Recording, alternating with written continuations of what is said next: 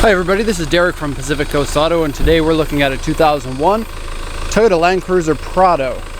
And so this one here has a 3-liter turbocharged and intercooled engine, and of course diesel engine if you can't hear that already. This one's got 125,000 kilometers on it, and the overall condition is very nice for the amount of mileage that it's got. Okay, first things first, the engine runs perfectly. These 3-liter turbo intercooled engines are excellent. You can get them in the Hilux as well, the Hilux Surf. Not the actual Hilux, strangely, but the Hilux Surf. You can get them with or without the intercooler. They have different amounts of power depending on which one that it's got. So this one in particular, the coolant looks fine. It was just recently changed. Timing belt was changed at 100,649 kilometers, and so that's good to hear. And hopefully you can hear my voice over the sound of the engine, because diesel engines are pretty loud, and this is a not a common rail diesel like current diesels would be, and so they typically are a little bit louder. It's got the dual battery setup, and I believe this uses a 24-volt battery system instead of a 12, but I'm not 100% sure on that. I'm gonna have to take a look. Oh, one interesting thing is the Hilux Surf, when it has this engine, has a hood scoop. And you see there's no hood scoop in here.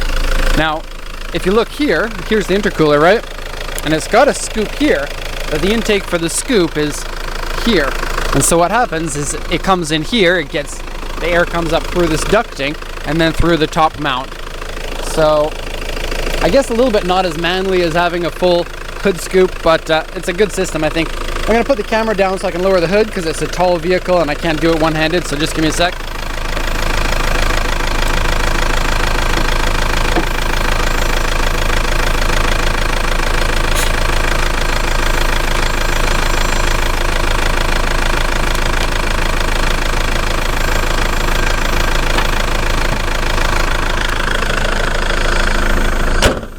Okay, camera straps out of the way. That was annoying. Let's look at the other side because that'll be shiny from the sun. Okay, so we're going to take a look at the auction sheet and compare it to the vehicle now.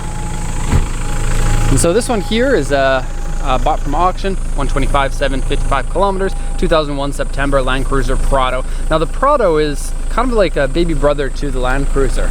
They're generally cheaper than the Land Cruiser with smaller engines, but they still run actually, one of the big points is that this one has 8 seats, whereas the regular Land Cruiser is strictly 5.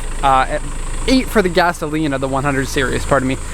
And then this one is a little bit lighter duty, so more of a city SUV, whereas the Land Cruiser is more of a real tough, take it into the bushes type of vehicle.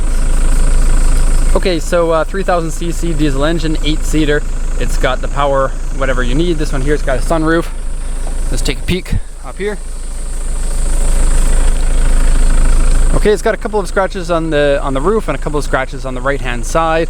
Now these scratches on the right hand side, they're like this, so not very big at all. Actually, the side panels of this car look really good. And then a couple of bumper scratches like these. Let me just show you the back because it said A2 on the back. And so we got a little bit of flex cracks here in the paint and some scratches on the corner block. It's got a rear tire here that says Prado, trekking through the wilderness brings me closer to nature, and it's got a Labrador on there. Okay, back to the sheet here. So it says interior liner has some scratches in it. Tank cover dented. I think that the tank is behind the back here. Let's take a look. Yeah, so there it is. It's a piece of metal that protects your gas tank, and it's dented. And it has slightly dented the tank, as you can see right up there. It doesn't look like anything that is mechanically going to have a problem, so not something that you need to worry too much about.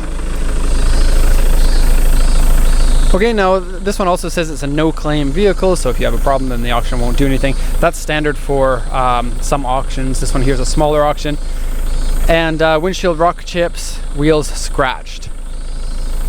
And so that's basically everything. Auction grade 4, interior B, and exterior C. And exterior C, I think that they're being pretty hard on it, because being a 15-year-old car, you would expect more damage than you see here, I would think. Okay, so let's go once around the vehicle. And I have to say that this Prado is actually an interesting car for me, because number one, we don't buy too many of them, and they're really a car that I think more people should buy because they're great value. But secondly, because this was in the top 3 of vehicles that I was going to buy when I was looking for my own personal vehicle.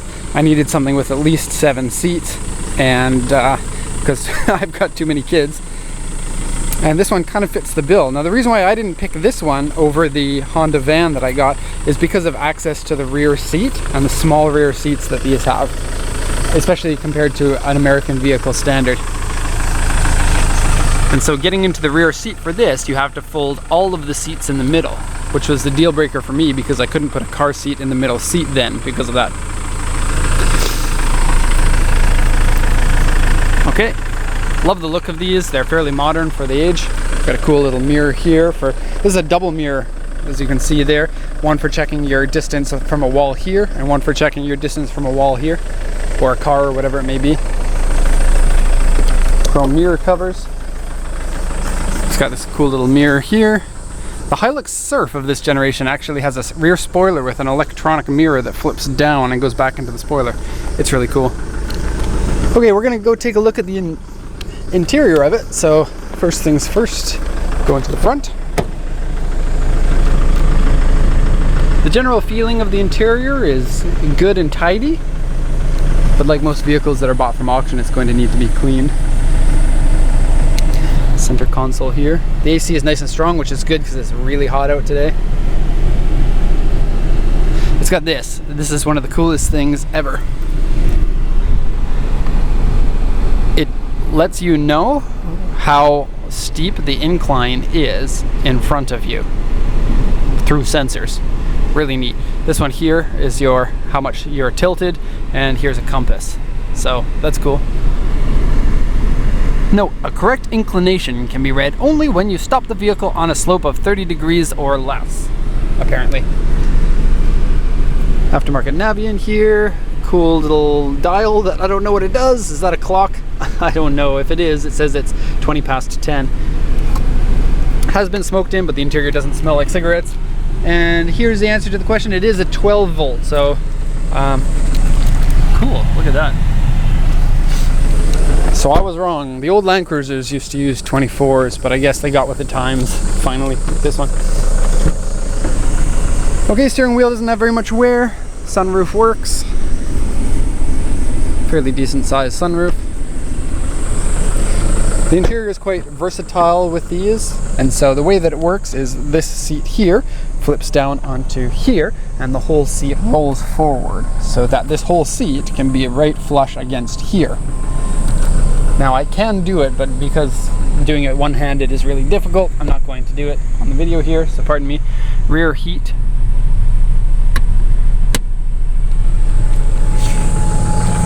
And then the back seats.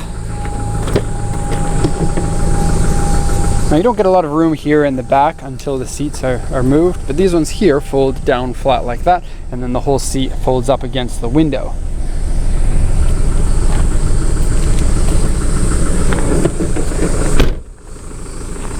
Okay, so that's basically everything for this walk around. I hope you enjoyed it, and if you have any questions, feel free to send me an email, and I'll get back to you as soon as I can.